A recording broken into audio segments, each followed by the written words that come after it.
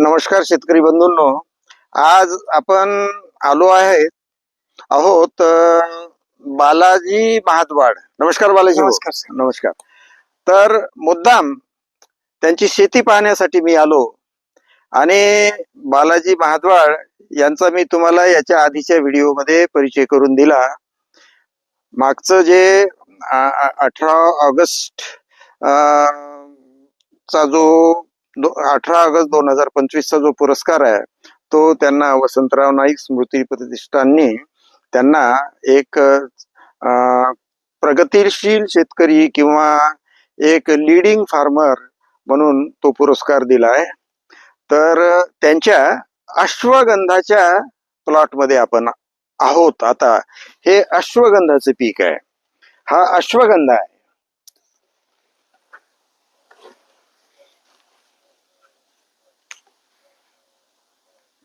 तर या अश्वगंधा पिकाची आता त्यांच्याकडून आपण माहिती घेऊ. बालाजी भाऊ, या अश्वगंधाला जनावर खातात का? नाही सर, याला कोणत्याही प्रकारचा वन्य प्राणी खात नाही. याला कुठल्याही प्रकारचा वन्य प्राणी खात नाही.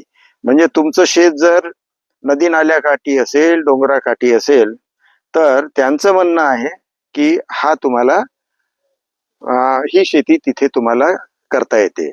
आता याची लागवण आपण केव्हा केली?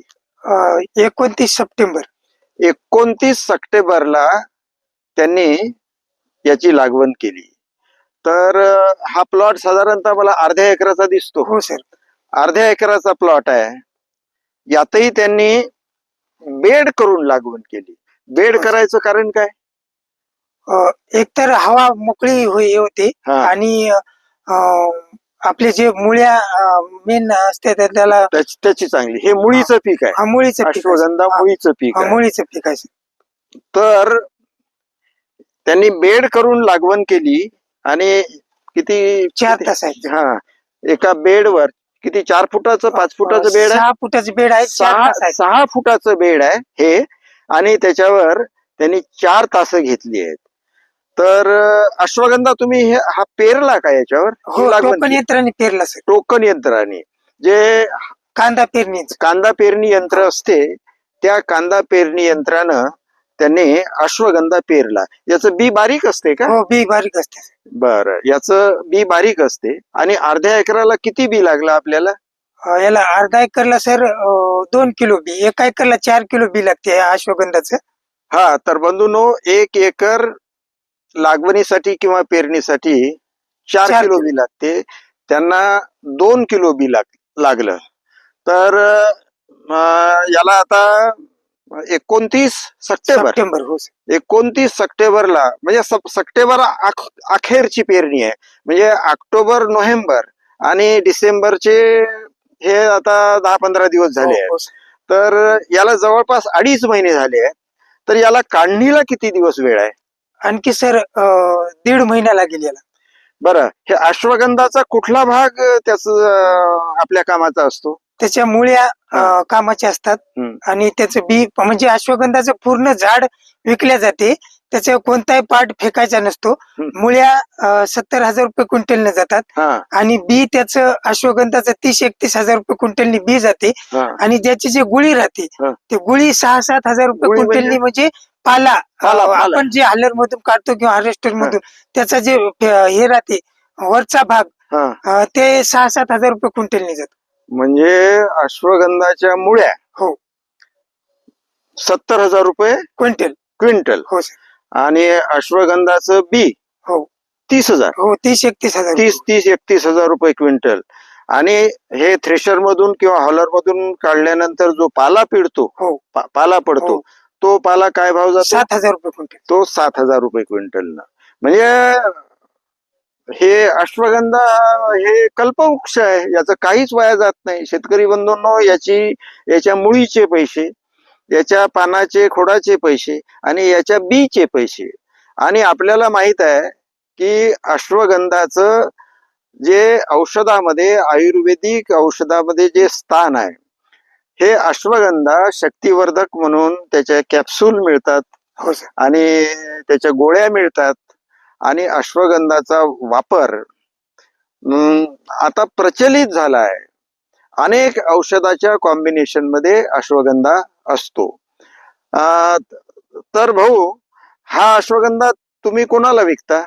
कंपनीवाले नेतात तुमच्या जवळून की? हे आयुर्वेदिक डॉक्टर लोक आणि मेडिसिन वाले आपल्या जवळून घरूनच खरेदी करून नेतात. तर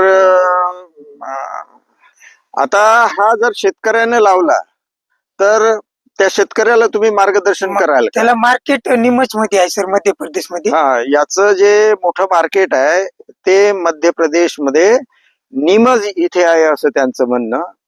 तर इथे आता कसं आहे की 3 वर्षापासून सातत्यानं ते या क्षेत्रात आहेत आणि दरवर्षी ते लावतात. याचा अर्थ असा की त्यांच्याजवळ ग्राहक आहे. आणि त्यांनी जे सांगितलेले आकडे त्या हिशोबानं तर उत्पन्न बरंच येते. याच्या मुळीचा भाव सांगितला तुम्ही 70,000 रुपये क्विंटल. तर किती क्विंटल निघते अर्ध्या एकरामध्ये किंवा 1 एकरामध्ये? 1 एकर मध्ये 1.5 क्विंटल निघते. 1 एकरामध्ये 1.5 क्विंटल म्हणजे मुळी. हा, म्हणजे आणि अर्ध्या एकरामध्ये समजा त्याच्या अर्धी. कारण 1 क्विंटलचा 70,000 भाव म्हटला तर 70 आणि 35 1,05,000ची मुळी 1 क्विंटल मध्ये. अर्ध्या एकरात समजा एक 50-52 हजाराची. तर ढोबळ मानानं एकरी 1 लाख रुपये मुळीचं उत्पन्न. नंतर बी किती निघते? बी जास्त निघते सर. याचं 4 क्विंटलच्या वर 1 एकरला बी निघते म्हणजे आणि अर्धा एकर मध्ये 2 क्विंटलच्या वर निघते सर. एकरीचा हिशोब जर केला तर 30-120 म्हणजे 1 लाखाची मुळी, 1,20,000चं बी आणि पाल्याचे वेगळे. पाल्याचे वेगळे. पण आपल्या इकडे ते पाला कोणी खरेदी करत नसल्यामुळे आम्ही पाला आतापर्यंत कोणाला विकला नाही सर. त्याचे निमचला न्यावं लागते. त्याचं मार्केट पाल्याचं निमचला आहे. 7,000 रुपये क्विंटलनी पाला विकला जातो. आणि यावर्षी आता कोशिश करीन सर तिथे नेण्याची. तरी आता कसं आहे की 1.25 लाख बियाचे 1,05,000 किंवा 1 लाख मुळीचे म्हणजे 1 लाख आणि हे 1.25 लाख म्हणजे 2-2.25 लाख रुपये आणि 4 महिन्याचं पीक आहे. हो सर. हे कारण आता याला 2.5 महिने झाले आहेत, आणखी 1.5 महिना, 2.5 आणि 1.5 4. तर 4 महिन्यात हे पीक येते.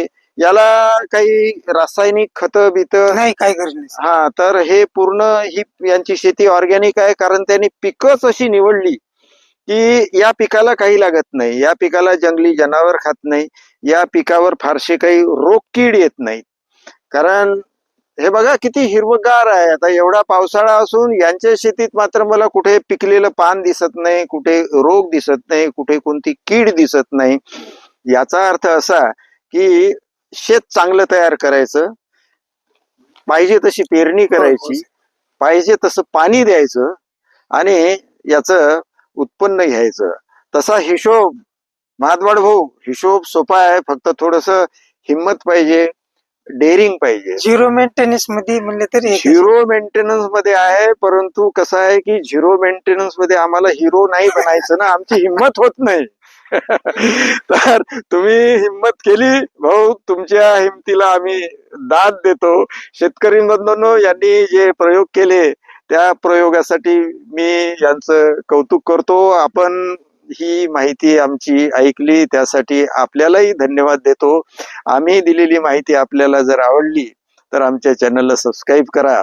आणि ही नवीन माहिती आम्ही जी घेऊन आलो त्याची आणखी काही चौकशी तुम्हाला पाहिजे असेल तर महाद्वाड भाऊकडे तुम्ही चौकशी करू शकता, माझ्याकडे फोन करू शकता.